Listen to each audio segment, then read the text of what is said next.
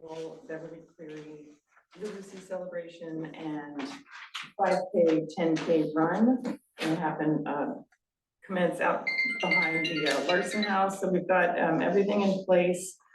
And I've been working with the county, so we're on track there. That's coming out okay. And I just wanted to also announce that we're gonna be, the children's writing contest is going to be announced on April 12th, Beverly Cleary's birthday.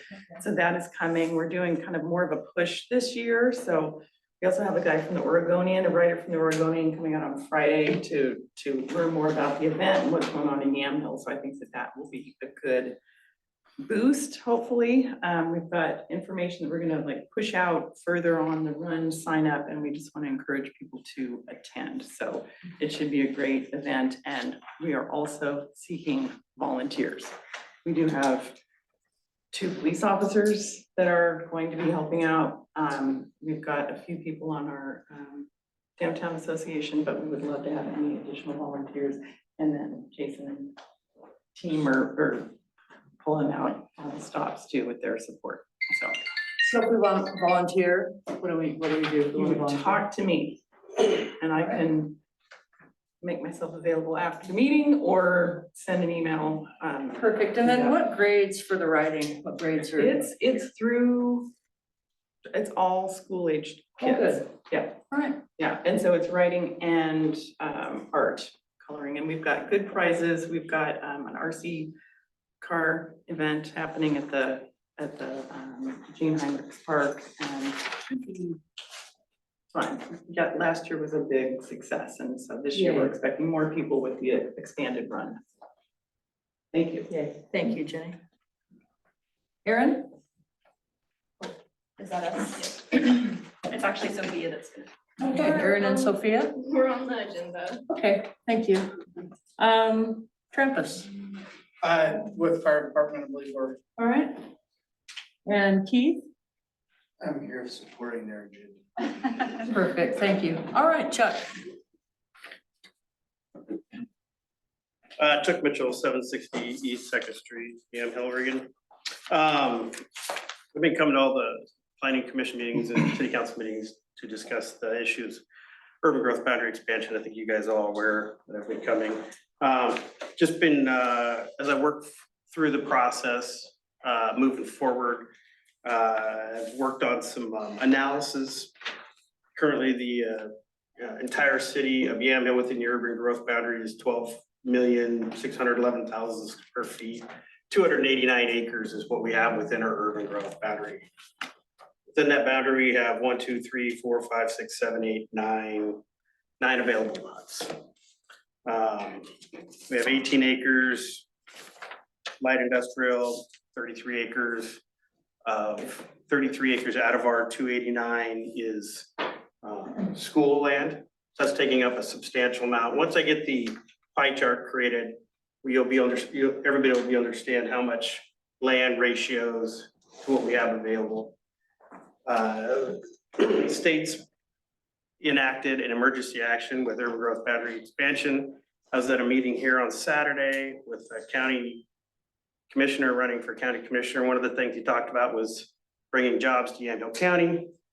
I said, that's all great, but if a company brings a job with 200 people, where do you house them?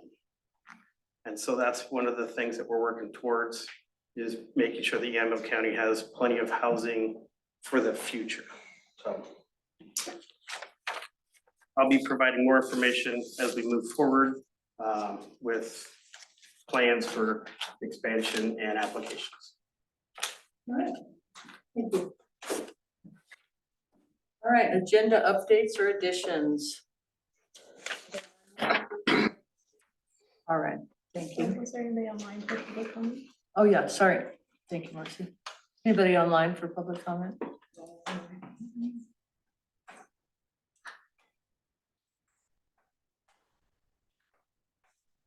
If anybody wants to make a comment online, can you raise your hand? Or if you're on the phone, press *9. There are no hands raised.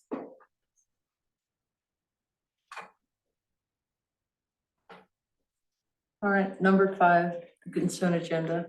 Any questions? I don't have any questions. Okay. Can you get a motion? I make a motion that we approve the consent agenda as is. One second. Vote please.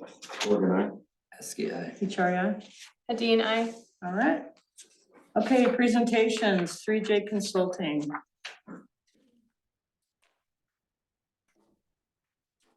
Good evening, how are you? Good, how are you? Good to be back, it's been about a month. We were doing a bunch of whiteboard stuff last time. So my name is Doug Rux, I'm with the Rux Group LLC. I'm affiliated with 3J Consulting. So the city has had some conversations with 3J Consulting about the 2 grants the city has received, one for your downtown, one for your housing work. We were asked to come out and give you a presentation. Steve Faust is the Community Planning Director for 3J Consulting. He was not able to be here. He had previous personal commitments that he had to abide by, but just a little bit about Steve. So Steve is a certified planner. He specializes in comprehensive planning and master planning, including zoning code updates. Steve has 20+ years of experience in the field. And he also does facilitation, public engagement. Why don't we go to the next slide? One back one. Hey, we're getting close. We're getting close. Angela Reisman, she's the GIS specialist for 3J Consulting. She's got over 25 years of experience and she has extensive knowledge in databases and so forth. So gentleman who was up before, he's done some work and we'd be more than willing if we were to get this contract to take information and share it and give it to Julia and be able to put that into the particular mix. For myself, I've got 38 years experience doing land use. My specialty is in land use, economic development, also done urban renewal and project management. Next slide. These are some examples of communities that 3J Consulting and myself have been involved with over the years. And so you can see they're kind of across Oregon, from small cities to some of the larger ones that exist within the state of Oregon. So there is a breadth of work that we've dealt with on doing residential code analysis work as well as downtown work. Next slide. So just a little bit of kind of recap of what your grants are. I'm sure that you've all seen them, but we thought it would be important to kind of go over some of the high level aspects of that. So the first one is on your central business district. So this one is to ensuring that the land use regulations align with the city's economic vision for central business district. Creating clear and objective guidelines and development standards within the downtown. So things that we would look at would be the types of uses that you have or would want to have, your design requirements, your permitting process, because one of the things is removing barriers, and then parking requirements, and it came up with lighting as well when we were doing the strategic planning work within the community, and then those housing opportunities. And so I think it's important to note is that the downtown work is tied in with the housing work, and so they kind of dovetail together. What's important by the grant that you received from the Department of Land Conservation and Development is the project has to be wrapped up, all final paperwork submitted by the city to DLCD by May 31st of 2025. Next slide. So some of the tasks that are involved in this process, there's some pre-task work that Walt would have to do that are outlined within the grant document itself. But then when we really get technically to the first task, it's an inclusive outreach plan. And it needs to include advisory committee representation as part of that. There is some conflicting language in the grant that we identified. And so one part of it says that you have to have a technical advisory committee, but it only states it once and then it's never referred to again in the document. And then it turns into an advisory committee. And so we would talk with Walt and say, okay, can you go back to the LCD and get some clarification on that? Because some of it is duplicative. Or if there really is the need for a technical committee, roll that into the advisory committee and be a little more efficient given the amount of dollars that are available to do that. The next step is holding a kickoff meeting. So we would meet with city staff and we would refine the timeline and the schedule to do this. I think it's important to know this work was really going to start at around January of 2024. We're already in the middle of April, so kind of the project timeline is crunched because there is an absolute end date that you have to have the project done and all of your information submitted. So we would work with Walt to make those scope revisions and refinements. Task 3 is dealing with your comp plan and your development code audit. And so per the grant, we have to build a policy matrix, it's a big old spreadsheet. And then we have to track all of the suggested changes that go through the process. So kind of what your code says, what we're hearing from advisory committee and public meetings. And then when we get to the end, the final language, and the final language then ends get putting into a format that you would typically see when you're seeing code amendments that occur. So kind of A and B kind of tied together. So we have the summary of those particular comments. There are 2 advisory committee meetings that are within your scope with DLCD. So it's the responsibility of the city staff to actually find the members to be on that advisory committee, but 3J Consulting and myself would be at the advisory committee meetings giving presentations. Next slide. The 4th task in this one is the draft comp plan and development code amendments. So we would work through the first part of it. We'd have advisory committee meeting, we have a draft of this, and then we go before your planning commission and we get planning commission feedback. So planning commission meetings are public, so it also provides the opportunity for the public to come in and provide their ideas and opinions of what they would like to see.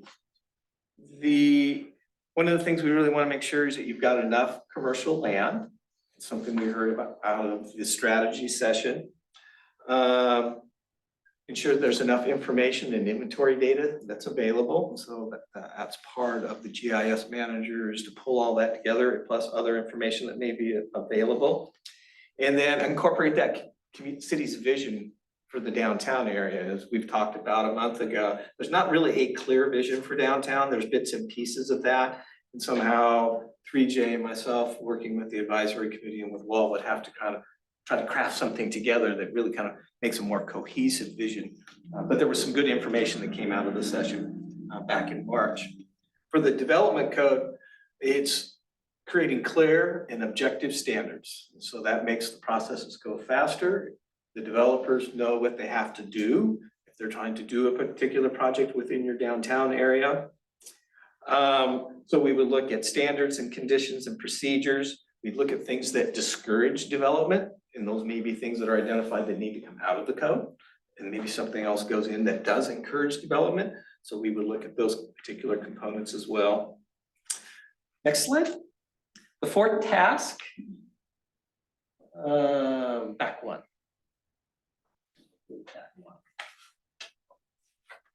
Okay, there we go. Yeah.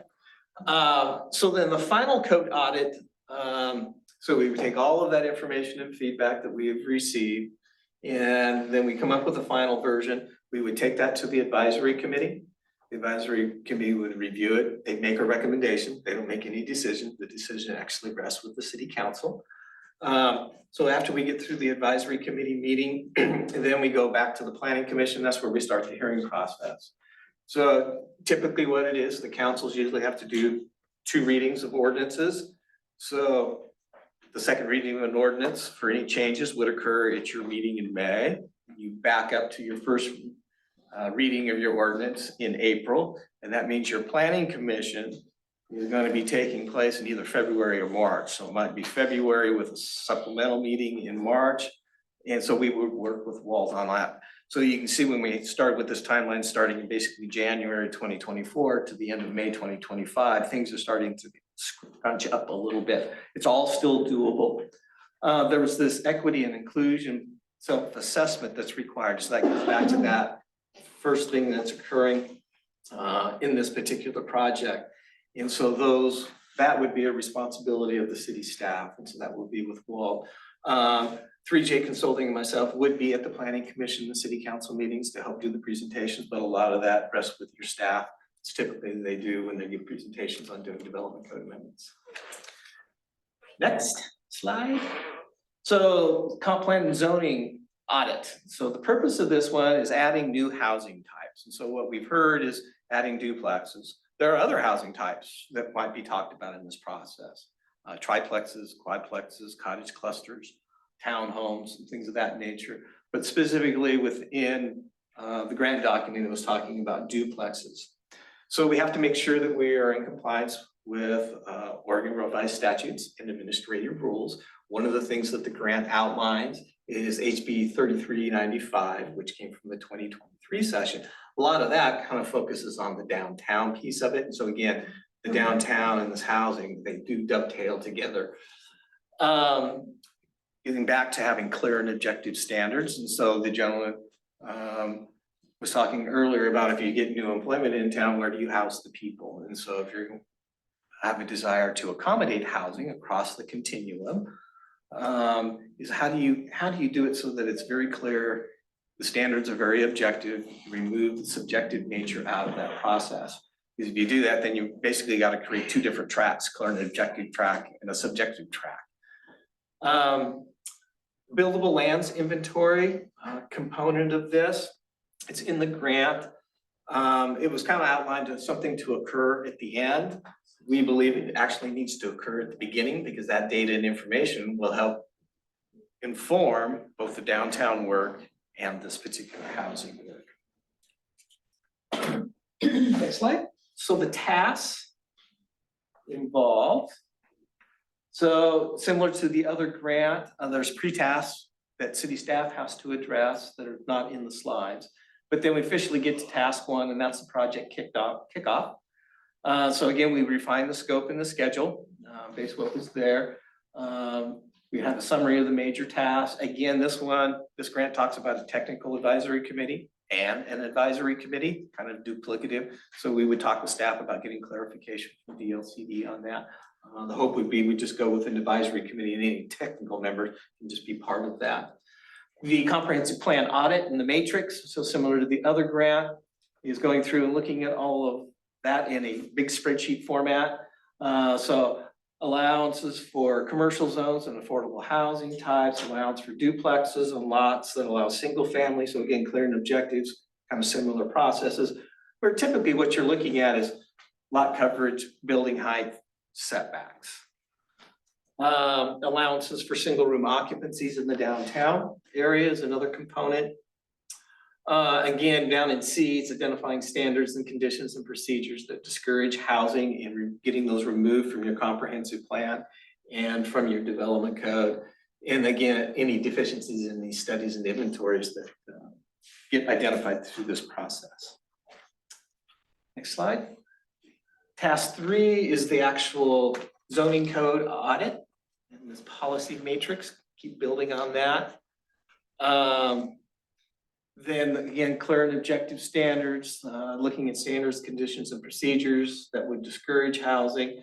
There's an advisory committee meeting at this particular step, and there's also identified in the grant a workshop or an open house or a combination thereof. So that's an opportunity to bring the public in, get feedback from them that we would put into this matrix for consideration.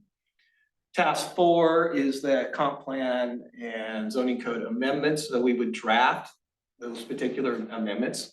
We would go back to advisory committee meeting number 2 and get their feedback.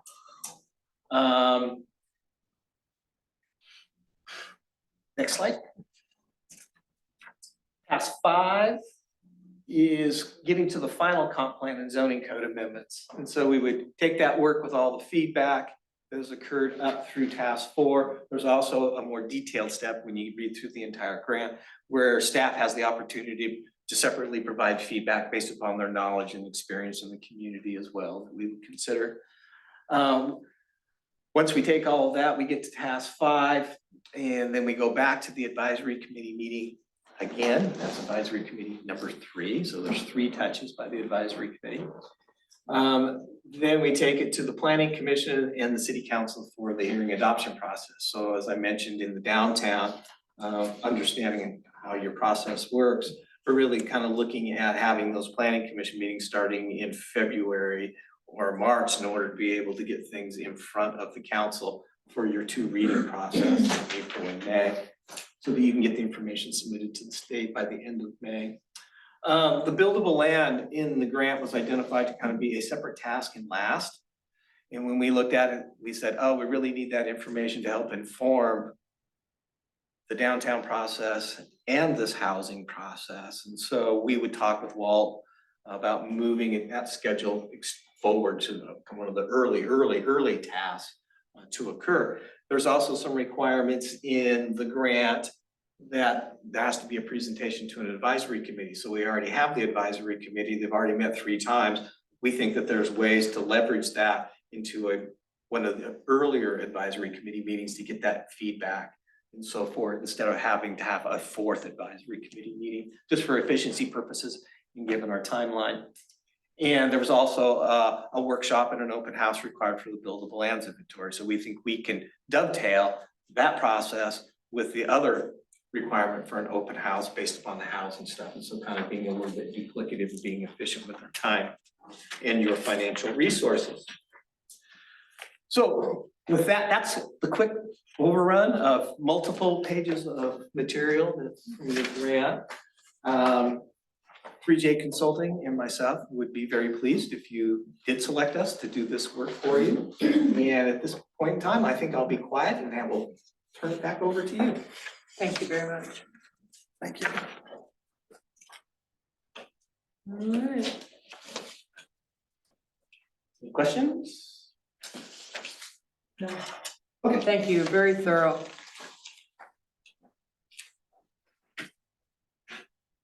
Okay, presentation cycle, Yamhill County.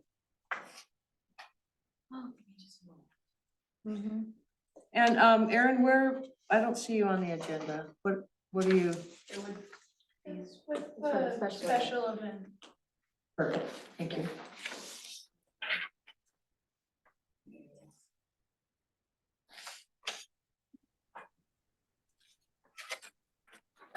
Hello. Hi, Philip. Or Adam, Hi, sorry. this is Adam. Adam.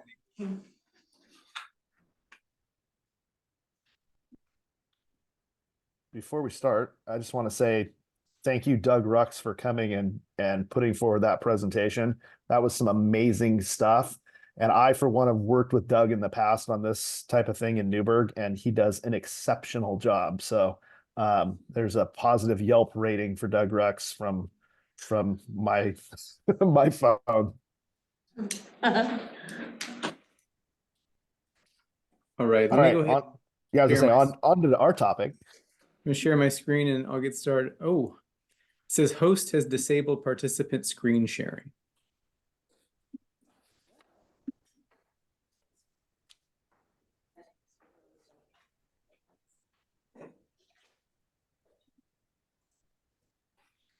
Is the host able to enable screen sharing? Working on it. Okay.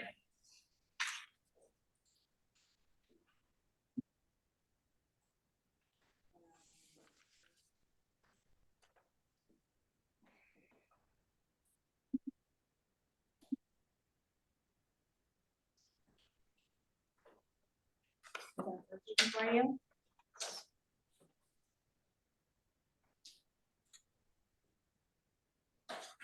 Does it work now? Yes, it does. Thank you. All right. So thanks for having me. My name is Adam Stone. I'm a board member for Cycle Yamhill County, and I'm here today to talk about one of our projects with this group. A little bit about me. I reside in McMinnville. I'm an advocate for community development, recreational programs, and youth education. When not riding my bike, you could find me working in IT for OHSU, coaching one of my kids' sports teams, or working on a do-it-yourself home remodeling project. But enough about me, and on to the topic at hand. So Cycle Yamhill County was founded in the fall of 2022 over a couple of meetings at the grain station in McMinnville, and we were officially recognized as a 501c3 in March of 2023. We have 8 board members and we meet monthly. We've been a very active group since our formation, hosting cycling events, putting on bicycle safety talks in our schools, and advocating for programs like ODOT Safe Routes to Schools. We also have 2 large legacy projects in flight, one for the development of a world-class mountain bike park outside of Carlton, and the other for the development of an extensible gravel trail system based in Yamhill County. And I'm here today to talk about the latter and how it can benefit our community, and then answer any questions that you have about the project. So first, I think it's important to start with the why. Why would we want to do a project like this? In Cycle Yamhill County, we love recreating outside, including riding our bikes. We see outdoor recreation as a means for community building. And in our assessment, there's a deficit of accessible outdoor recreation opportunities in the county. And this project aims to lower the barrier for outdoor riding adventure and providing safe, well-marked routes for everyone to enjoy. Some frequently asked questions that we get about the project are first, who it benefits? And we think this work will benefit residents, visitors, and businesses all in unique ways.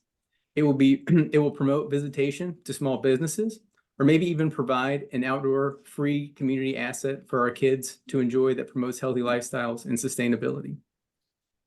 And what will this project accomplish? The remaining goal of this project is removing barriers for those not comfortable navigating rural countryside roads or riding bicycles in areas with limited support. People may not even know that riding your bike on these roads is an option. And currently, it's difficult to ride your bike around Yamhill County. It doesn't feel safe. Many of our paved roads don't have shoulders and it can feel dangerous. Another common question that comes up is who's paying for this work? Cycle Yamhill County was fortunate to be awarded a grant from Travel Oregon that fully funds the fixed assets required to complete this project. And that money, along with community volunteer labor, will bring this project to fruition, basically at no cost to our community.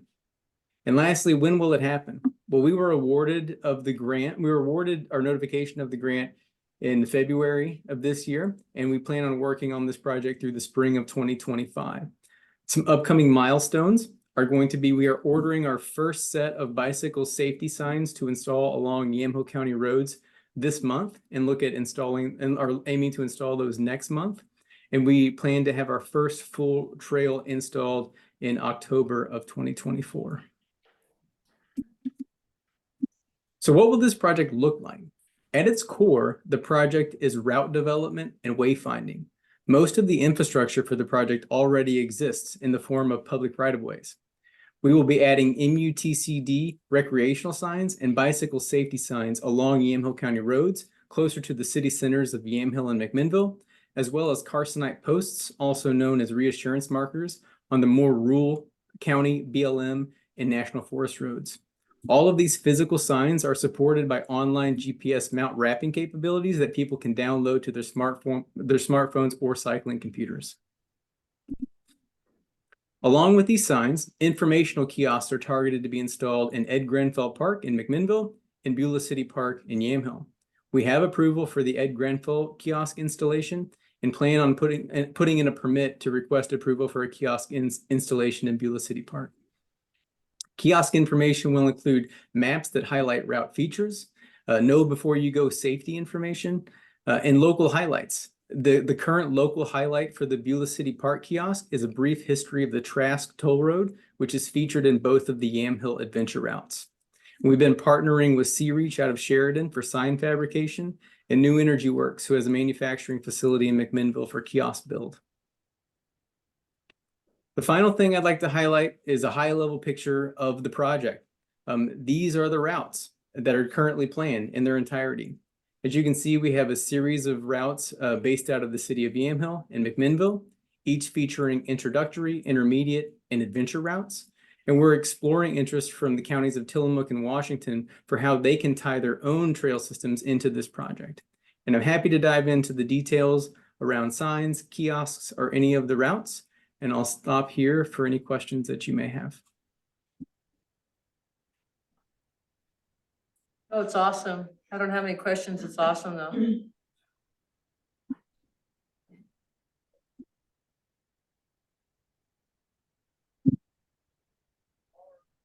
Any questions? I do not. We do not have any questions. All right. Excellent. Thank you, everybody. We're gonna Thank you. continue. Yeah, we're gonna continue to work with Jason on, we've located where we're gonna put the kiosk in Beulah Park. And so we'll continue to work with Jason and the city to get, you know, whatever permits we need to get to that, make that happen, and are graciously excited that Yamhill will allow it. Great, thank you so much. Thank you. Good night. Bye. Do you care if we move the special event permit for their presentation to right now? I think that, I was hoping for that. for her. Well, and there you got your wish. Ladies, yeah. Be a long night. Well, not that long, but.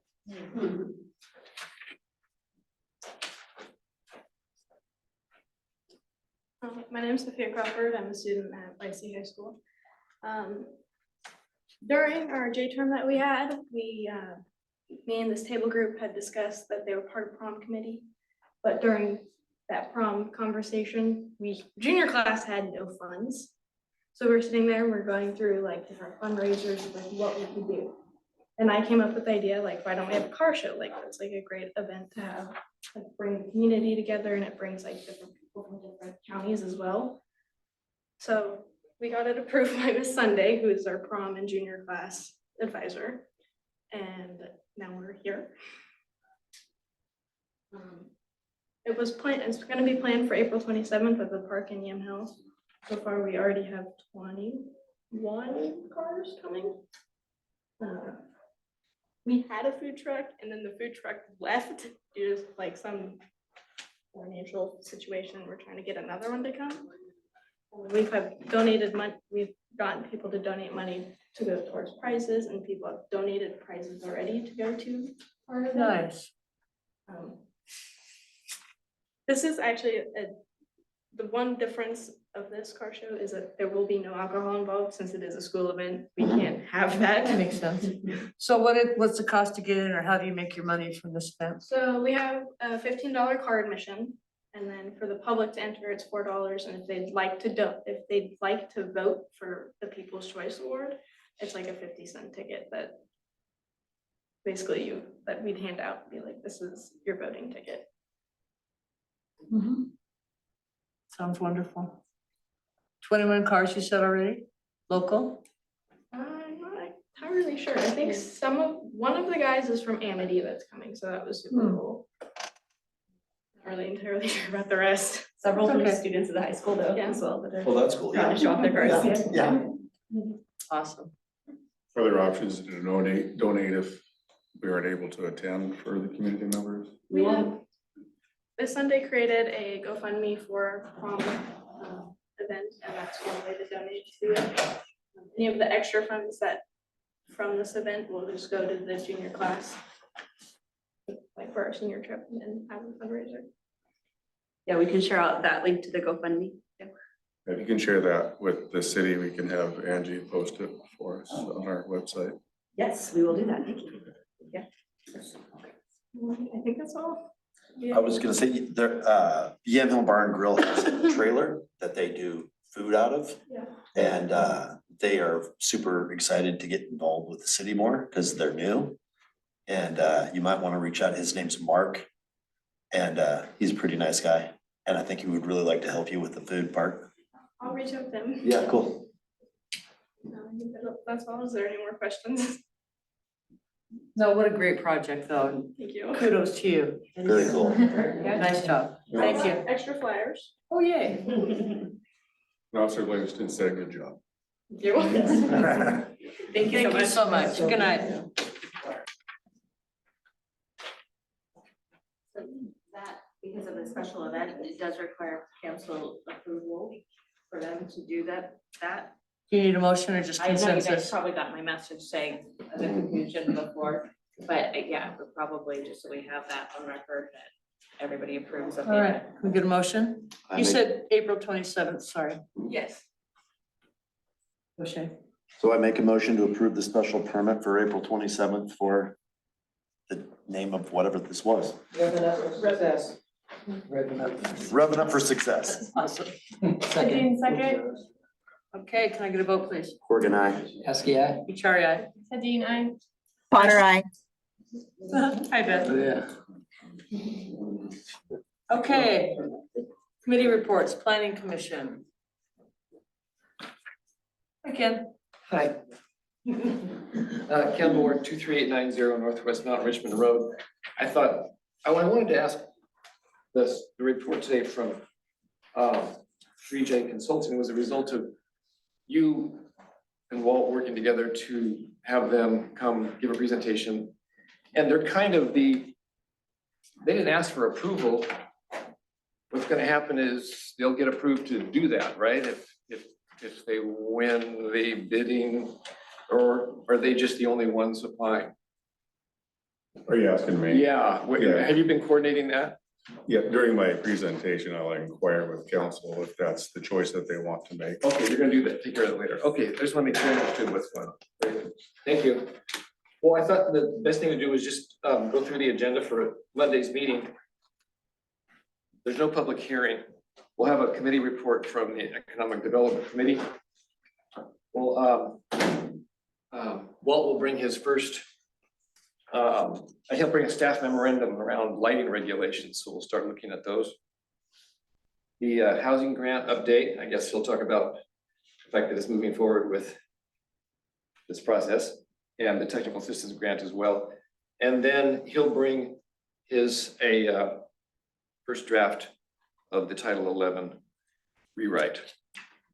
And that's what we're up to. Any questions? Thank you, Ken. Right, Can I add to that just a little bit? for the planning commission? Yeah, just- Spokesperson? Yeah, I'll give you a couple of minutes, Chuck. I just, the 3J, that application needs to be approved fairly soon. Because it's supposed to start in January and we're in March. And it's gonna take a little bit of time for somebody to read through the contract and make sure that it's good for the city. March, it could put us into, or this is April now, could put us into May, early part of June. We're shortening the timeline for them to complete that project. Chief said we'll be talking about it tonight. I'm still having the meeting. Okay, Okay. All right, thank you. Okay, unfinished business, IGA, YFPD water agreement.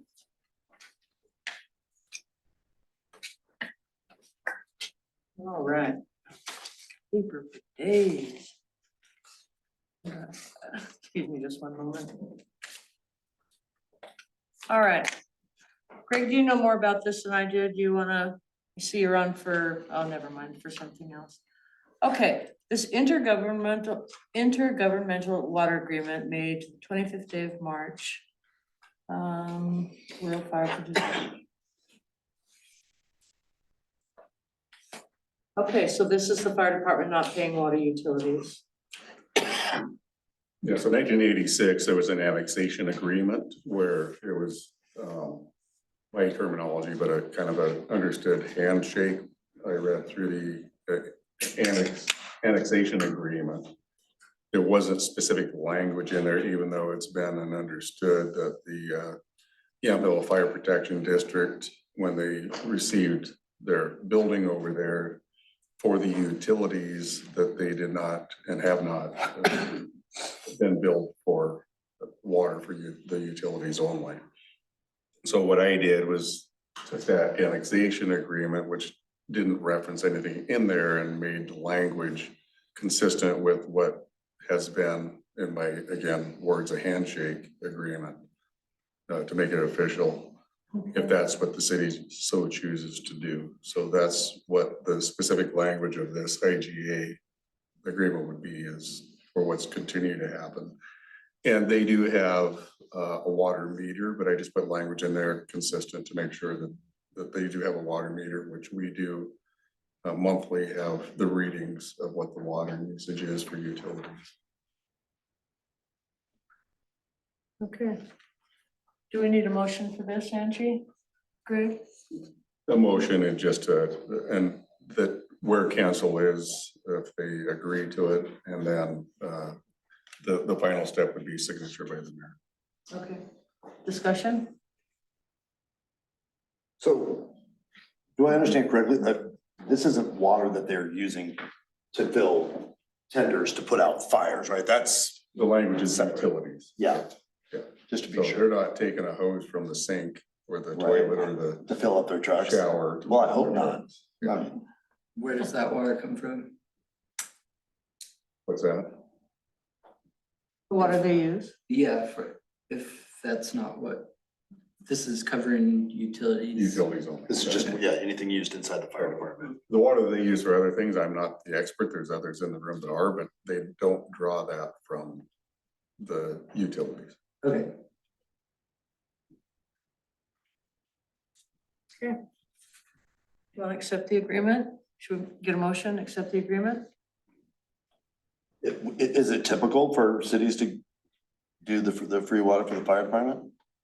Yeah, there's been research done. Some do and some don't. Some do, even for more than just utilities. But consistently, there isn't one set way. So there's places, there's cities that do charge and there's cities that don't. What would the cost be? For them monthly, just ballpark? So I looked into that a little bit and I can tell you the cost of the gallons is 1,000 and less is what I was told for the entirety of the fire Oh. department. So it's not Yeah, it a was, ton of water.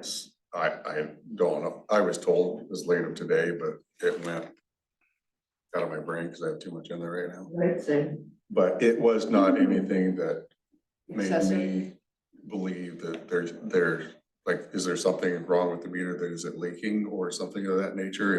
It's not very high. I thought you were gonna say something much higher. I could go either way. Tim? Tim, what do you think?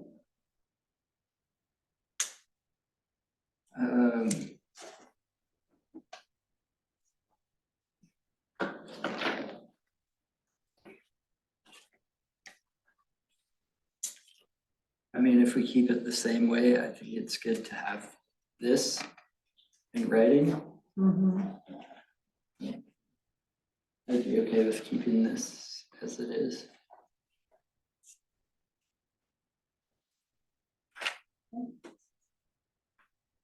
What are your thoughts, Kay? I didn't realize it was so low. I thought the gallons was gonna be much higher, and so, in lieu of that, I think it's just kind of a courtesy, I mean. Yeah. I think, I almost wish there was some kind of stipulation though, because it's winter, there's 1,000 gallons now, but then in summer, you know, so if we didn't charge them for 1,000 gallons and anything over and above, maybe, or, I don't know, just a thought. And can I double check, Travis, is that's pretty accurate, right? The Yeah. 1,000? Okay. I asked that earlier today, but then after Chief said I've been in a lot of meetings, hopefully I remember that, A right? few toilets, couple sinks and occasional shower and washer and dryer. I'm making this up right now, but I heard 700 and something, I think. But I'm not accurate. Well, I don't think that's very much at all. Can I ask a question? So we're negotiating like if they use less than 4,000 or if it's the typical base rate for all residents? Is 4,000? Well, I guess, at the base rate, Okay, and then anything I above. was just trying to clarify. Yeah. that. It sounds like they're way low. Can we do that? The base rate we will allow them to use, and then anything above that we charge? It'll need to be rewritten and re-signed. Then okay, then. But no, I'm not influencing either way. I'm just. No, I know, but I don't wanna make it be more of a hassle, or I don't wanna split hairs. Okay, so if we agree to this, we're gonna leave things the same. What do you feel about, how do you feel about it, Marcy? I'm gonna abstain from it. All right. And just from reading the annexation agreement, that's good for 99 years. Oh, goodness. Did you see that in there? Yvette, what are your thoughts? I have a question, just for clarification, is this just for the utilities used in the building? This doesn't include the filling of the tanker trucks and all the water that's used in the trucks? Correct, utilities for the building. Specific language in there, if everyone had a chance to read that. that's why I'm asking for clarification. So where do they get the water for the trucks from? Fire hydrant. Fire hydrants in the main, drawing a blank. The main, there's a smaller hydrant, smaller pipes that are plumbed into the main line that fall under that. So same as where we would with fire hydrants, just a different pipe. So it's just a different line. Is that line monitored? Metered, I mean? As of right now, no. So, and that water comes from city water? Yes, as do all the fire hydrants. So the one line that is metered is the one for the utilities, and then there's another line that is not metered that is for the vehicles? For fire suppression? Yeah, just for filling, yes. So really, we're not accounting for all of the water used by the fire department, just the portion used for building utilities. Is that accurate in this agreement? Yes. As I understand it. If I may, Mayor, there's a project that's gonna take place this next fiscal year that's gonna tap into that line and be metered from that point on. And then what will happen at that point in time with the metered usage? Will that be incorporated into this agreement, or will there be a separate agreement for that line? That's a council discussion. It's beyond me. We're just. That's good. Good point. Thank you. Thank you, Jason. Council? Those are my thoughts. Thank you.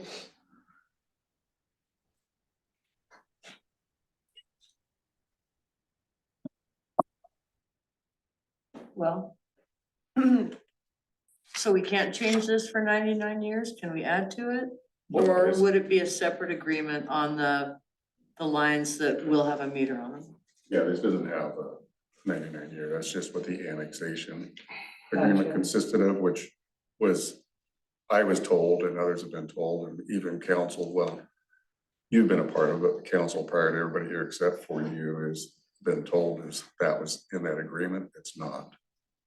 So even though it's been a past practice, I felt it behooved the city to have an agreement if that's what the city chooses to do, but not just to go off of a past practice or a handshake in my terminology. I know we had talked about it before, but we've talked to other cities and it is common to bill for the utilities. I talked to quite a few other in the county. And they did say that they did bill the fire department. For utilities and For other water and sewer. Water and sewer. And then we could So if I may. contact them to get more info if we wanted. Sorry, Marcy, but no, actually, so if we were to do nothing tonight, they don't have to pay. Currently, we're not charging them.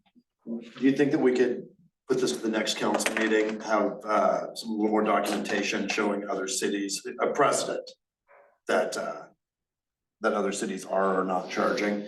And the only reason I bring that up is because there's several people in the community that were a little irritated about the personal vehicle washing. I still hear that all the time. Not that should, that's very specifically written in here that is no longer a thing. Nor do I think that was maybe even ever approved, but just in order to dot the i's, cross the t's, just have a couple supporting documents of examples of other cities to show the precedent, have a moment for people that would like to speak on it, to be able to speak on it, and then make a decision at that point. Yeah, I'd like more. Would that be okay? Yeah, Yvette, what do you think about that? Next I meeting, support Shay's comment. all right, I can do that research too, if that helps, because even better.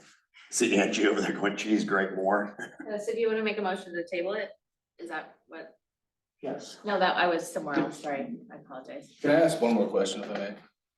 Do you guys have fire suppression in that building? No. Okay. Yes or no? No fire suppression in that building. You want a motion, Angie? Yes, please. A motion to table this, Shay? So I make a motion to table the water agreement between the city and the fire department until next council meeting.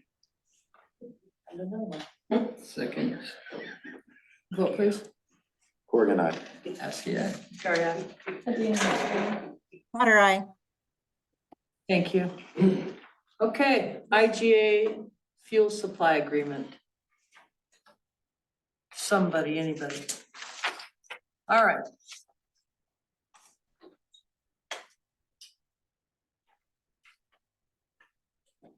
Greg, do you know about this also? Can you summarize just like you did the last one? Yeah, we have Thank you. had an agreement with the Yamhill Fire Protection District for what we currently have for fuel supply that we use now through Jubitz. And that agreement had a term. So what this is just copy and paste, but the new dates of the agreement Oh, to So- continue to move forward. okay, so nothing's changed except for The the dates. dates.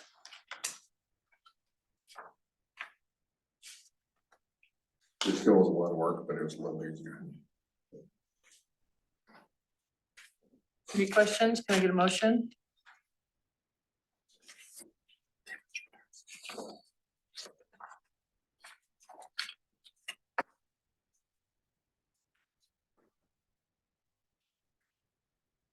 Does it have cameras? There are cameras there. We are working right now with Brightside Electric. We do have bids. And we're just waiting to see where we're gonna be at with the 24-25 budget.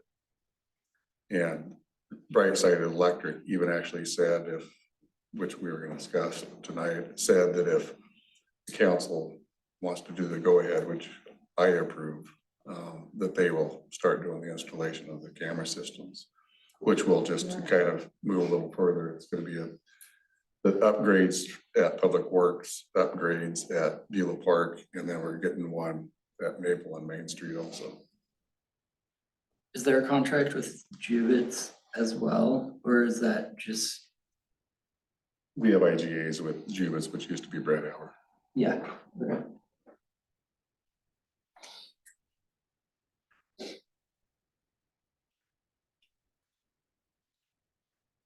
Motion, Tim? My turn? Yeah, indeed. So it's fuel supply agreement. Yeah, I make a motion to approve IGA YFPD fuel supply agreement and allow the mayor to sign. Corrigan, second. Vote please. Corrigan, I. Askey, aye. Victoria. Adine abstain. Potter, I. Utility billing provider recommendation, Angie Fowler. Hold on, I'm ready.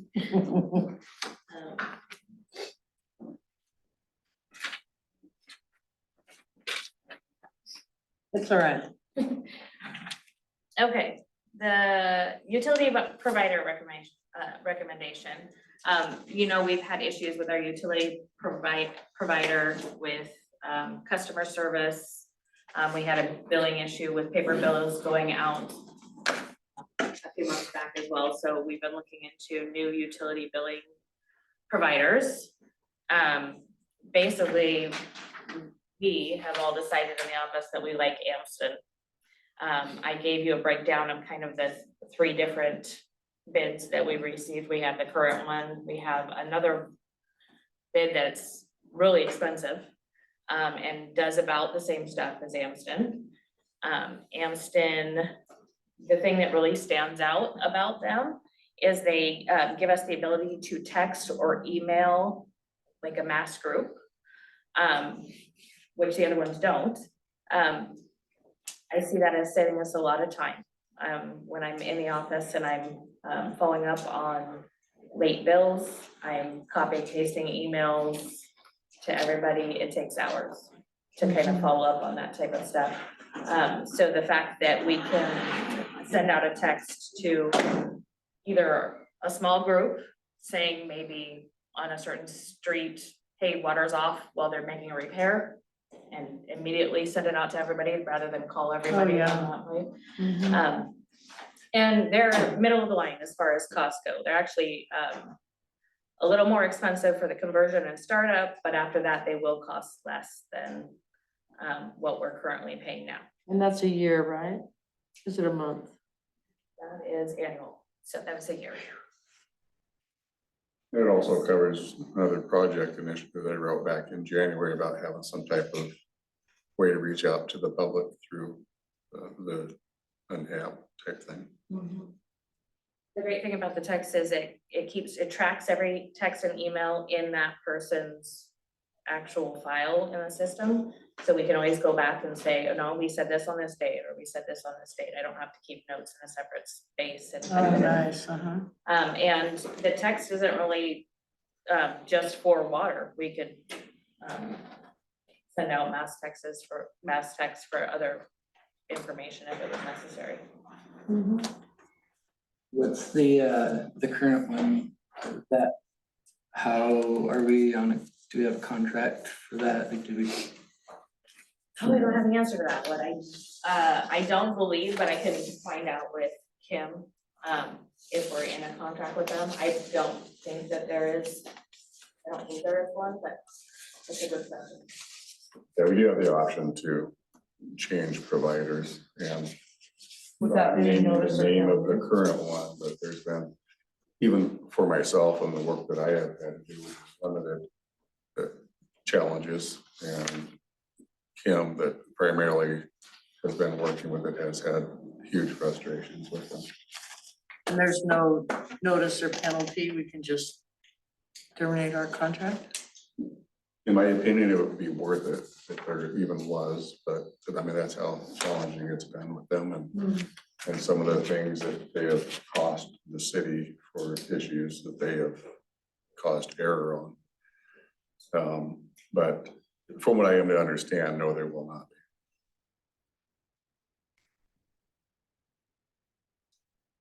All right, what do you think?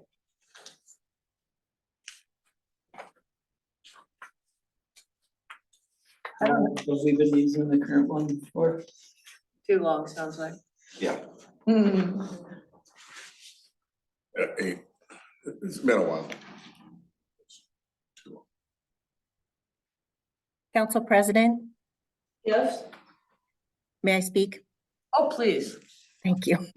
I have some questions, and Greg, you may be able to answer these for me. How long have we had this current contract for this billing company? That's what they were just inquiring about here, if you heard, and I'm not certain how long we've had them. Are we still within our first year of our contract, or is this the second year of our contract? With the current one, no, it's been 7+ years, I believe. Okay. Was there one before that, or is this our first one that we had? I'm just asking because I know that we've changed some contracts with our IT and my brain just needs some clarification. So I know that this particular billing that we've been doing is just the one. Is that correct? You can't see me, but I'm still thinking. Okay. Thank you. I believe that there's been a couple, to my knowledge. I think so too. And so we're switching again, and each time we switch, we have to pay a large chunk for training. Is that correct? Correct. One of these options, though, is for them to come in person, and my choice, as well as others, would be just to have it done in the virtual setting, which would be a huge cost saving. Okay. Would that be the virtual, would that be beneficial for all of the staff? Because it's all the staff that has to get trained on how to enter their, actually, no, it's just the city admin staff, correct? Correct. Just those that would be involved specifically working with that software. Okay. All right. So that would be limited to just a few staff members. Correct. Yeah, that's kind of the atmosphere of what the world is now, is the virtual. Okay. And what is the staff's recommendation for which of the agencies you're interested in going with?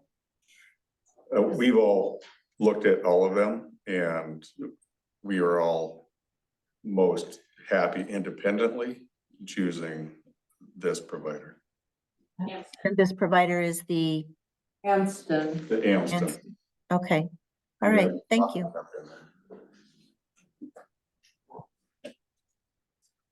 Thank you for answering my questions. Well, We have the money in the budget to cover this conversion cost. yes, it's been discussed for the 24-25 budget. So is the 2,600, it says the note below it, you can continue without posted services of 2,600. Is that like the normal thing to do? You don't need, That's not recommended to continue without because that's our support if there's any issues. yeah. But this is purchasing So the if you software choose- outright. So If we you will choose to have- continue, then it's 26. That's what the 2,600 Okay. annually is, yes. Which in my opinion is minimal. It says unlimited support. Angie, may I ask, does that come out of the water contract services? Or is that out of the general fund? Okay.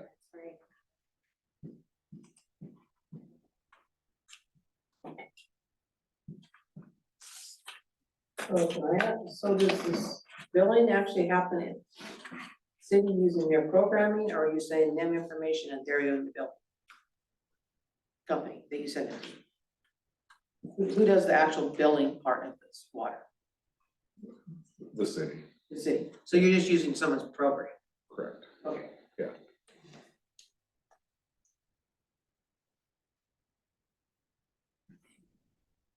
Yvette, what are your thoughts on it? I want to know what Jason is thinking.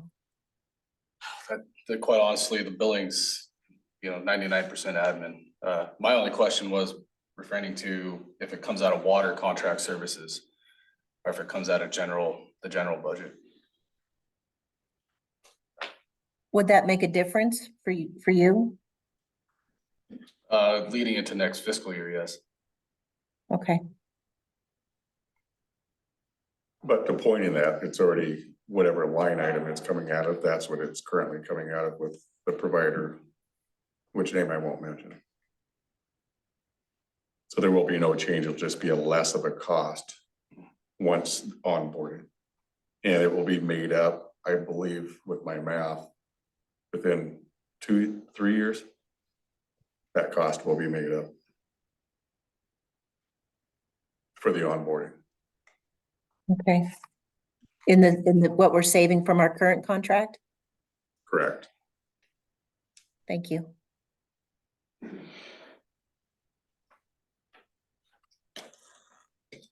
I have no further questions, Counselor Achari.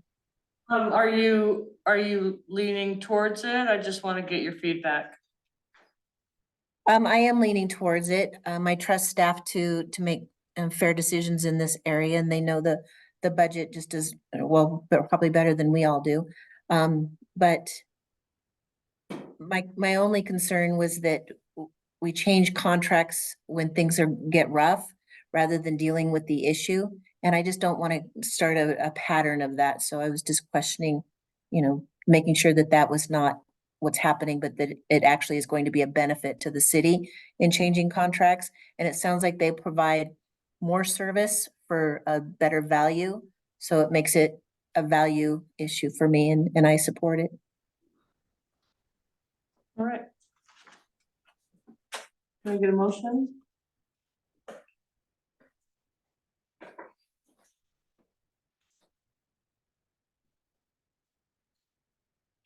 So I would move to accept staff's recommendation for the utility billing provider to switch to Amston. Nadine second. Okay, vote please. Corrigan, I. SKI. Victoria. Nadine, I. Potter, aye. May I kind of leapfrog people? I have a family event to get to. I thought we'd make Oh. time. If there's any questions due to my report, and then I had one thing to share with council, if it's okay. All right. Any questions? The report, Public Works. The one thing I wanted to share with council is we had the reservoirs cleaned Saturday of last week, excuse me. The good news is there was no sediment in any of our tanks, which was, they said is kind of a rare case. And, you know, they kind of give us gold stars on that. The one downfall with that was the concrete reservoir is deteriorating pretty bad. The bottom floors, and next council, I'll give you guys a visual, but the bottom floor of that reservoir is bare aggregate. And the walls are starting to crumble in. And they did this report 7 years ago. And they noted it then, and it's gotten a lot worse. I think it's something staff needs to move fairly quickly with, as far as trying to find a replacement for that reservoir. When the walls and the general floor is just completely aggregate. It's not affecting the actual distribution of that system, but the physical properties are pretty much gone with the reservoir. Well. So that's something that's built on land and then immersed into the water, right? You can't repair it underwater. We couldn't retrofit it.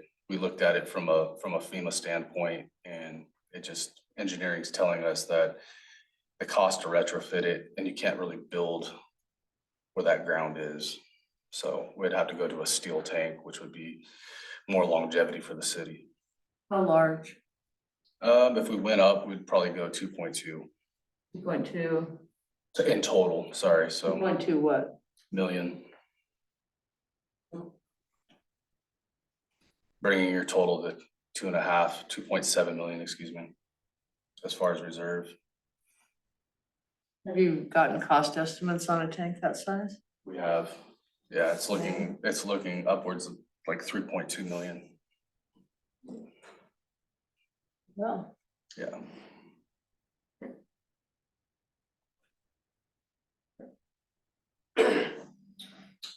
Is that in your money, your plan, your money program? It is in the master plan? Yeah.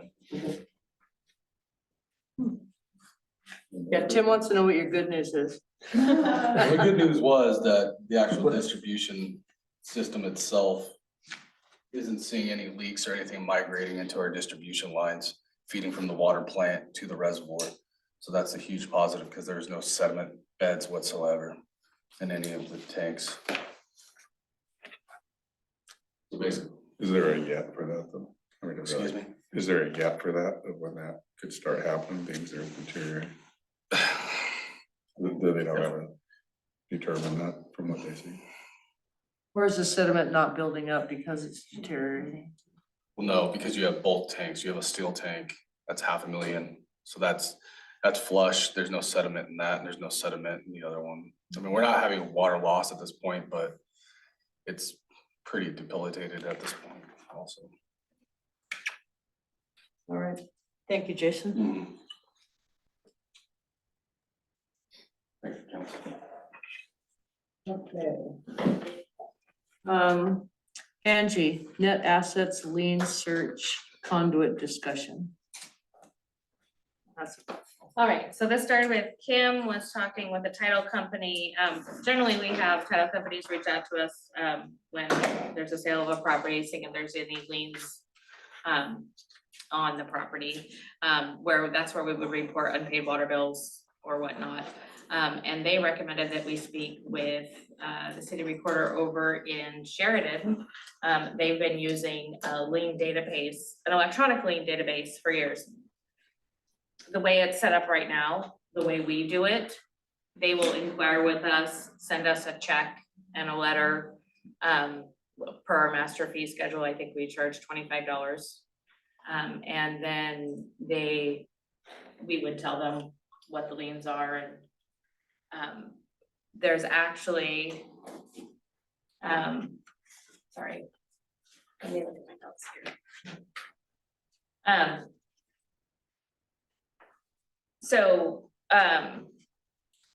there's an ORS that actually requires now for it to be an electronic lien system. And or what we'd have to be doing is, having all of the liens for water utilities.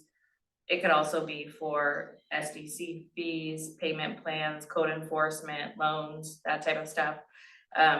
Either we use the electronic database or we record all of these with Yamhill County, which there are fees for Yamhill County to record all of these liens, and it's also a process, so it's gonna take more staff time to do. This conduits, we would just send a report to them on a regular basis and they would track all this information. There's a little bit of undertaking. We do have to assign the tax lots to all of the water billing, so it reads to the tax lots for the lien search. But it's a transactional fee, so they only charge us when someone inquires through their system. And they charge $15. So with our fees right now paying 25, it would be, I mean, we'd still get $10 out of that. They also have a service where they can take all the payments for us and then they deduct, I think they said 5% more. And then they just send us a check. So all we have to do is upload the reports and then we receive checks from them. But there's no other costs and we can cancel at any time. I looked into it after talking with Yvonne over in Sheridan. And she highly recommended, she said they've been using them for 10 years. And I looked into Conduit's website and it looks like the majority of the cities surrounding us are also using this service. So I just wanted to give you guys the information that we were looking into it. With the charges that we currently charge on our master fee schedule, he did say the average is 35 around this area. So we could raise that when we look into our master fee schedule. So we're, making that extra funds back. I don't see any bad things that could come of it.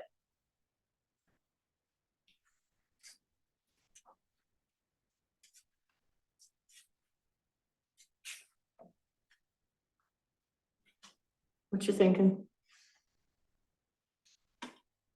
I think it sounds good to me as long as, I mean, I like what you said about making sure that what we're charging and what we're being charged, that it's made up by those that need that service and not us. And it's also a way to collect on unpaid funds. So eventually, I mean, the way Yvonne put it is that you get your money eventually, the property sells and that money comes to you rather than dealing with collection services trying to get.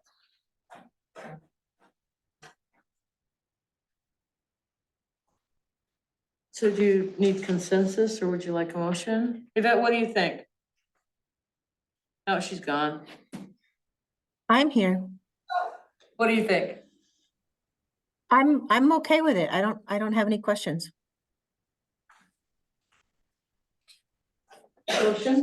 Motion? Just consensus? With this, I just wanted to let you guys know and see if you guys all agreed. I don't, the cost isn't gonna exceed any required amounts for needing a motion. That was my only question, was cost, and you answered that. All right, gentlemen? Great. Tim, okay. And I'm sorry, I skipped around a little bit. I'm really sorry. I have Monday brain, it's Wednesday, so I do apologize. Okay, unfinished business, R819 updating EOP. Is that you, chief? Yes, Hallelujah. that was a very fun project. I bet. You look excited. And so what I do is I took page IX out of it, which I updated. Because there was no one there that, actually, I apologize, Kay, you were on there, but no one else was on there. So it has just another page for signature of city council. If everyone would like to reread all 600 or 800 pages of that EOP, and I'm not making light because the EOP is important, but it's making light of, it was a lot of work in my spare time. So all I did was changed what the Emergency Operations Center auxiliary location would be. And so instead of having it at the Yountville Fire Protection District, as was stated in the original original EOP, I spoke with the school, and I haven't let Superintendent Rayburn know yet, because we were supposed to meet, and I was busy, wasn't able to meet up with him, because he graciously agreed to have it at the dome at the high school. However, I had reservation and then started brainstorming about, well, Public Works has a generator there.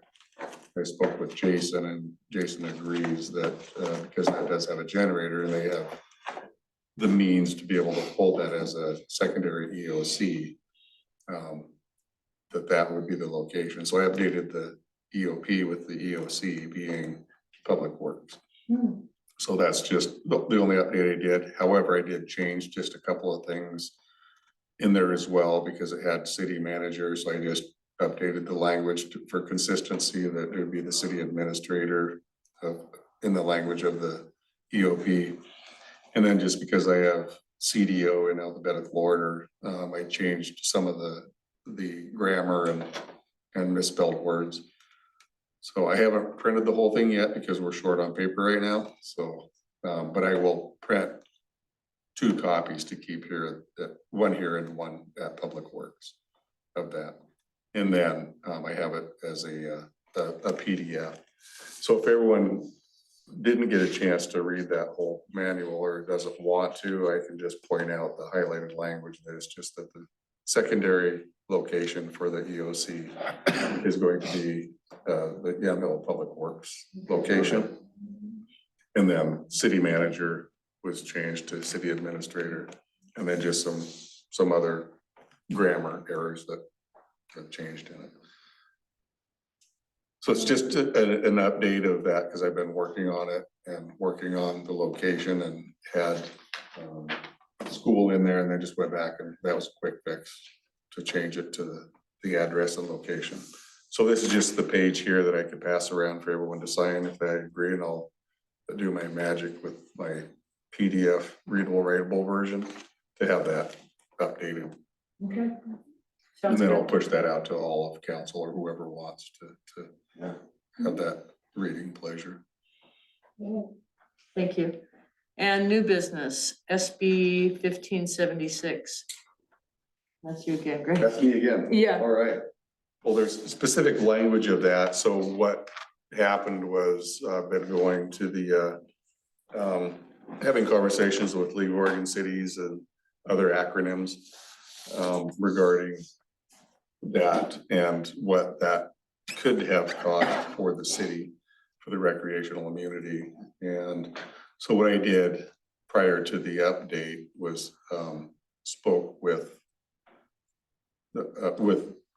Jason, but I spoke with Jason and spoke with the city of Carlton, who was going through the similar thing, as well as everyone else, but locally spoke with them and received the language of what they were doing and where they were getting signs. So I chose to, even in light of the update that just took place, have signs made up to put at all of our parks, at all of our walkway paths and so forth, just to keep that in place, because with the effective date of March 27th with Senate Bill 1576, where it's basically updating it, saying that, and this is my words, that is a temporary Band-Aid until July 1st of 25, where they're going to be continuing to talk about the recreational immunity and updating things and coming up with the language. So I chose to keep it on the safe side. The sign's already been ordered. There's no reason to cancel that order. It's already been in place with Jason through Public Works to get the signs posted. So we're going to move forward with that. So I just wanted to update council on that's where we're at with that. So regardless of whatever comes up from tomorrow or the next day or down the road in July, we already will have those in place. Any questions about that? Mm-mm. Thanks. All right, and one more time, Piper Sandler. 2 more times, because I'll include Correct. what Doug and Steve that wasn't here, I've been talking with them, great presentation.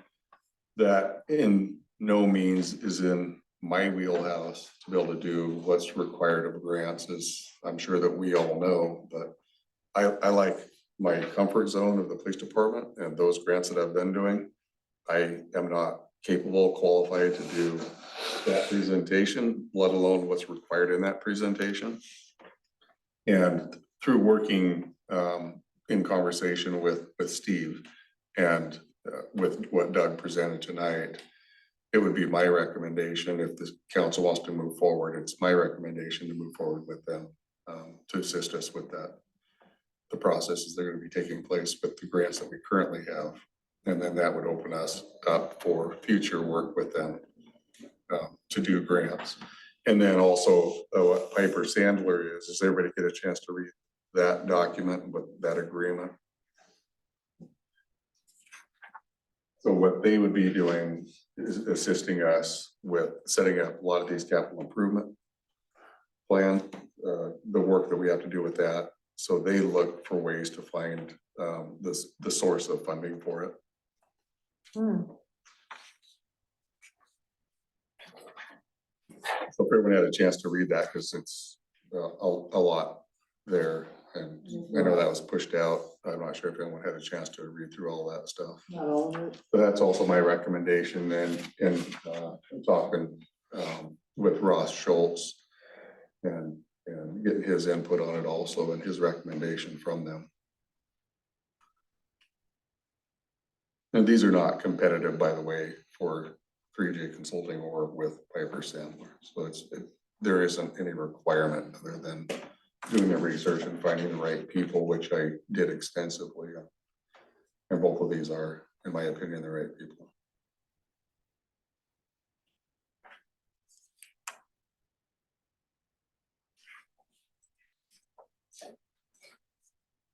Yvette, do you have thoughts on this? No, I read the Piper Sandler letter, information thoroughly, and I don't have any questions on it. It's pretty clear. Do we have the ability to not put it out for bid? Or are we required to do that? What is the amount requirement for that, Greg? Yeah, it's not competitive, and this is not a requirement to do that. I just like to cover all my bases and look for different sources of what I feel would be something that would be of the best interest of the city. And from my information, the two that we have here is why they're being presented. I agree with Greg and support his decision. I do too. Do you just need consensus? Just if the council agrees, I will reach out to both of these entities and have them help assist the city, which they'll do good work in. I'm in agreement. I agree. And then just the agreement also for the signature from the mayor on the Piper Sandler. Right. And this is not any way binding. This just indicates that these are a resource for us. And it doesn't bind us into a contract with them. We don't have to have any work or scope of work or any request to be done. It just says that here's a resource for us and they're available to do what we ask of them. If we ask nothing of them, then that's where it stands. Beautiful. All right.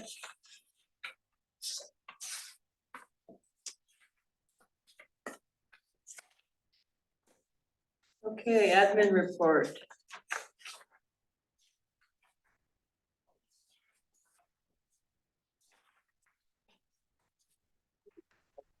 Does council need to approve the application for Beulah Park for the YC students? We already did that. Okay, thank you. We moved them up because they look tired.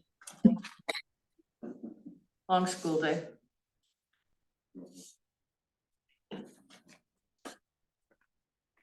Okay, staff report? Back to me. Probably. And you're next for police department. Rewind and then play forward. Okay. Right. Does anyone have any questions about the staff report? All the No. staff have been working diligently and hard and I appreciate the way that you write your staff reports though, like Yeah. everybody. I Very mean, it's clear. very clear what's going on. There's not, you don't leave room for question. And as everybody has learned, I tell them, it's your words, I'm not gonna put words into their writing, so I copy and paste. Yeah. So those are their words. Maybe my CDO kicks in and I fix a few things, but it's exactly what they're doing by their words. Is there a reason why the Kyle and Josh haven't been submitting a report? It'd just be interesting to see what they're doing as well. Yeah, it's not I've never made it a requirement. I've just made it a recommendation and I do send out reminders every month. But it's a choice. And I know everybody's busy, so, but, and some of my guys are probably listening, but I just kind of reinforce the importance of it to them, but I can't do that for all, I mean, I could, but I don't do that for the whole city. So I would take that up to whatever leadership for each of the organizations is to do that. All right, and police department. Greg, are you gonna be up? Finally? Can you at least move chairs? Sitting up and stand, sit back down. Again, report, the staff report there, and the staff's report there. I know that Corporal Van Cleve has been continuing to post things on Facebook.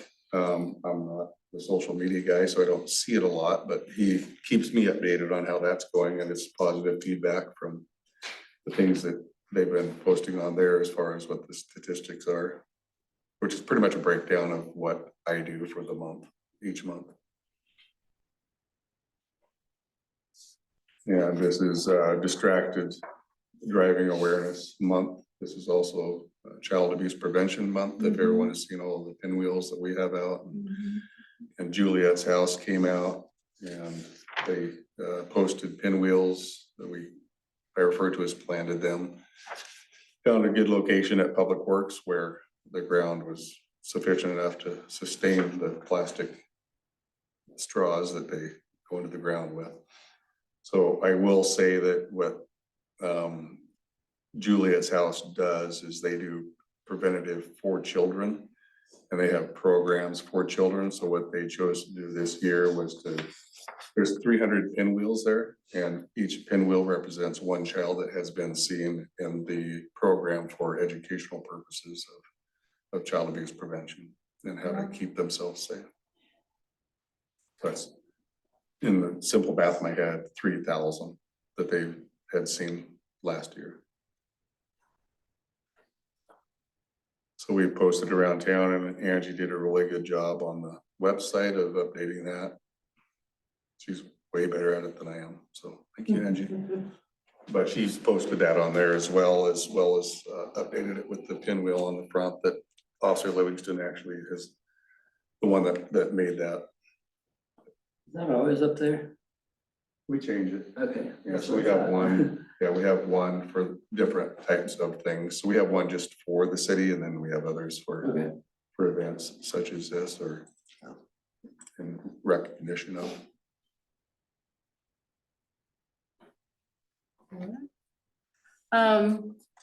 Next council reports proclamation. So I would read this, in support for Child Abuse Prevention Month. So again, it's just such a wonderful thing as a school teacher, see this firsthand and, I love Juliet's House. They come and speak to my classroom and, you know, it's a wonderful program. Before the City Council for the City of Yamhill, Oregon, a proclamation showing the City of Yamhill, Oregon's support of Child Abuse Prevention Month, April 2024. Proclamation. Whereas child abuse is one of our nation's most serious public health problems, with scientific studies documenting the link between the abuse of children and a wide range of medical, emotional, psychological, and behavioral disorders. And whereas it's estimated that 1 in 4 children will suffer significant abuse before the age of 18. And in FFY 2021, over 160,000 contacts were made to the Oregon Child Abuse Hotline A total of 42,876 received reports were assigned for CPS assessment. Of all the completed CPS assessments, 7,352 were founded for abuse and involved 10,766 victims. And whereas the physical, emotional, mental, and fiscal impact of abuse falls on children of all ages and abilities who come from all economic, racial, and social backgrounds, and these crimes affect many more family members, friends, neighbors, and community. And whereas effective child abuse prevention efforts succeed because of partnerships created among state and local government agencies, schools, faith organizations, civic and community organizations, law enforcement agencies, and the business community, while recognizing that feeling connected to a community can be a protective factor against child abuse. And whereas the city of Yamhill is dedicated to stopping child abuse and supporting survivors and their non-offending families while working to prevent it. Whereas each of us has a role to play in stopping the problem of child abuse as part of a solution, by learning how to prevent, recognize, and report child abuse and supporting prevention, education, and empowerment programs for children and youth. Now, therefore, we, the city of Yamhill, do hereby proclaim April 2024 to be Child Abuse Prevention Month. We reaffirm Yamhill, Oregon's commitment to creating a safer, healthier, more thriving community for our children and taking steps to help prevent child abuse through awareness efforts, prevention, promotion, and trainings on responding responsibly. We encourage all citizens to wear blue on each Friday in April as a public statement in Yamhill in support of child abuse prevention.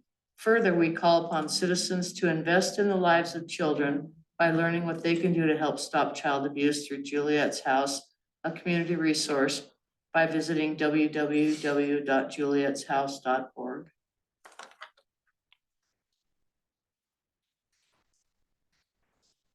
Thank you, it's very important. Okay, information. So first Friday meet and greet, you did that with Yvette last? Marcy did, I think. Marcy did, okay. So it's you and I on May 5th? Indeed. All right, I'll be there. Homeward Bound would like to thank us for our donation. And this is really important. I saw this in Kim's report, PERS Gold Star. That's awesome. So 100% of 2023, that's awesome. I know you guys are working really hard on that. So please tell her thank you for doing that. And we are still accepting applications for Water Advisory Committee members. Couple notes I have, City Hall hours, have they changed? Are we open on Fridays now, or can you talk about that with staff? Yeah, I've talked about that with them. I don't feel right now that it should be open yet. Staff is still challenged with trying to play catch up still, which there's no such thing. But they utilize that time wisely of when they're still available. So they will accept the phone calls, or someone does some special knock on the door. I don't know what, I guess, but they will help people out. But being closed allows them the time to focus on the work that they're doing. They're still here Monday through Friday. It's just that the hours that they aren't available, because they are focused on things that they can't be interrupted for, that they need to get things done for. As I have learned, it's impossible for me when I was at that city recorder job, with Angie, when she's listening to the recordings, you have to start all over again. You can't just stop and pick back up where you left off when you're doing that, and when you're listening to the recordings and doing the records for the minutes for the records. Yeah, so they need to have those times when they're doing that, and that's right now 10 a.m. 8 a.m. to 10 a.m. That's what their focus is. There's other things that can't be interrupted, and then Fridays is all day. That's what they do, is get the things done that they need to. So I feel that it's soon, but it's not. I don't want to set them up for failure. Okay. Soon, like month, 2 months? well, again, there's no such thing as being caught up, but I don't want to set them up for failure and I don't want to set a definitive time, but yeah, I agree within the next 2 to 3 months. That's something to readdress. That's my opinion. And it's a consensus of the staff. Meaning pretty much the 3 staff members right now. There's one new staff member that's learning a lot of the thing and is doing exceptionally well with all of the finances and learning those processes. And they're actually currently, I don't know if it's been reported, but working on a couple of grants and getting some training to go through to learn more about what their position is and for financing as well as getting some grants. So being able to have that time to focus where they're not even really up front at this point, because they're still learning their job. And then you have the 2 staff that are up front. One just had an anniversary. Right? One just had an anniversary. Oh, yeah, 1 year. Okay. So that's my opinion, and the consensus is of staff is for that, and I agree, because I heard that they might possibly be doing that from them, and I don't think it's time yet, and they do agree. Okay, well, I value your opinion, I really do, and I just want you to know it's important to council that we're open on Fridays, just based on conversations we've had with community members, et cetera, so, but I don't want to slow down the progress that you've made, because you guys have made a lot of progress, so that time has been valuable and well used. So we are looking forward to when that happens, just so you know. And I mean, I guess I'm pretty consistent with where we were at 2 years ago. Or just under, or yeah, just over, or just under 2 years ago, and I said it would take 2 years. And we're getting close to that mark, but we're not there yet. And it'll just start setting employees up to fail and causing frustrations for them. Don't want that. Okay, I will, obviously, that's my recommendation. I will do what council recommends. But I think that, in my opinion, the 2-year mark will be in 2 to 3 months. I believe it's been that if you long. don't care, I'm gonna ask you that every month, not because I'm loco, but just because it's important, and then I can hear your progress and you can know that it's important to me. Right, and you could ask me that every day, because I won't ask you every day. I ask myself that every day, and we could do a little tour and walk back to the office, which we No. won't do, and just see what the amount of work that's going No, on. it's not necessary, right? That fortunately, they're learning that it'll still be there tomorrow, and I've learned that the hard way also. No one's doing it for us, so it'll still be there tomorrow, and I'm learning that slowly, but it's a process that they're having to learn just to not get burnt out. All right. And Mayor Potter, do we wanna discuss the hiring? We should at least give a summary of our executive sessions for the record. Okay. We met in an executive session to discuss a candidate for city administrator. And we met for 2 hours and really weighed the pros and cons, and we were on the fence, and we really went back and forth, and so do you want a motion of that? That's up to you. If we want to do a motion to formalize the discussion into what we as a council wanted to pursue, I think it would be valuable to put it in formalization on record. Well, because I don't think we all committed one way or another, and a vote would do that. I mean, general consensus, but do you want us to vote? Ask the council what they want to do. You guys want to vote, or we had a general consensus the other night, but do you want to vote? So there's a background check being done. I would like to wait on that myself. Okay. Right. Can you repeat that? The background check. Yeah, working on that. Sure. And finding someone to do that. I have inquiries out there, and that's why I was not being rude, but communicating with that person that's inquiring with their schedule to see if they can fit that in, because the background takes 3 weeks to a month, Oh, and that's on average. And currently, right now, those that I have talked with are having a caseload of 3 to 4 right now. So that's very consistent with how that process works. Counselor Chari? My understanding from our executive session and what I have shared with the candidate is that we have agreed to move forward in the hiring process to include the background check, but also to include the negotiations for what it would mean to contract with this person and hire them as a full-time city administrator. And that's my understanding as a council, what we decided to move forward on. And so I would like to see that kind of summarized on the record, and then either a formal